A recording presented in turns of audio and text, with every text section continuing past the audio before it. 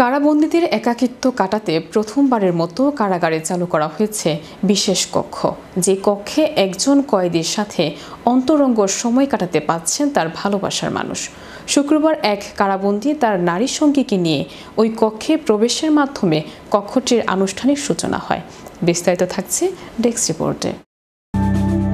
কারাবন্দীদের একাকিত্ব কাটাতে প্রথমবারের মতো কারাগারে চালু করা হয়েছে বিশেষ কক্ষ, যে কক্ষে একজন কয়েদির সাথে অন্তরঙ্গ সময় কাটাতে পাচ্ছেন তার ভালোবাসার মানুষ। শুক্রবার এক কারাবন্দী তার নারী সঙ্গীকে নিয়ে ওই কক্ষে প্রবেশের মাধ্যমে কক্ষটির আনুষ্ঠানিক সূচনা হয়। ইতালিতে প্রথমবারের মতো কারাবন্দীদের জন্য খোলা হয়েছে অন্তরঙ্গ সময় কাটানোর কক্ষ। শুক্রবার দেশটির মধ্যাঞ্চলের আম্ব্রিয়ার একটি কারাগারে আনুষ্ঠানিকভাবে সেক্স রুম নামে এই কক্ষের যাত্রা শুরু হয়। এদিন এক কারাবন্দী তার নারী সঙ্গীকে নিয়ে ওই কক্ষে প্রবেশ করেন। দেশটির সাংবিধানিক আদালতে রায় দিয়েছিলেন কারাবন্দীদেরও তাদের সঙ্গীর সঙ্গে একান্তে সময় কাটানোর অধিকার রয়েছে। এরপরই কিছু কারাবন্দীকে এই সুযোগ দেওয়া হচ্ছে।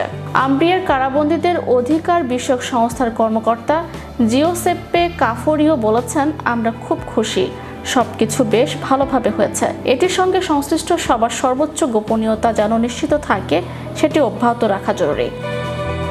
তিনি আরও বলেন, আমরা বলতে পারি একটি পরীক্ষা বেশ ভালোভাবে সম্পন্ন হয়েছে। আগামী কয়েকদিনে এটি চলতে থাকবে।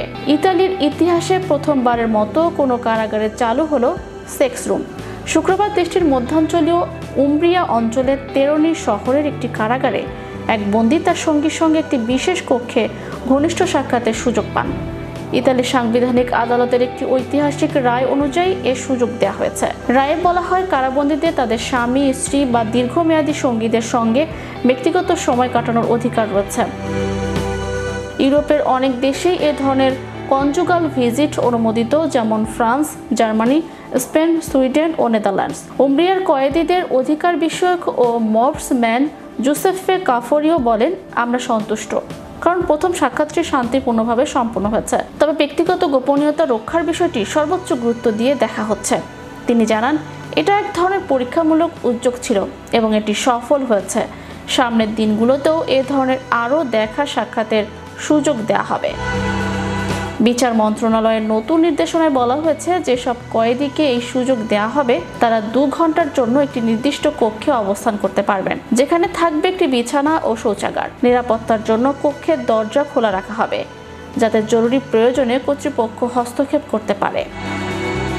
Channel Europe news desk.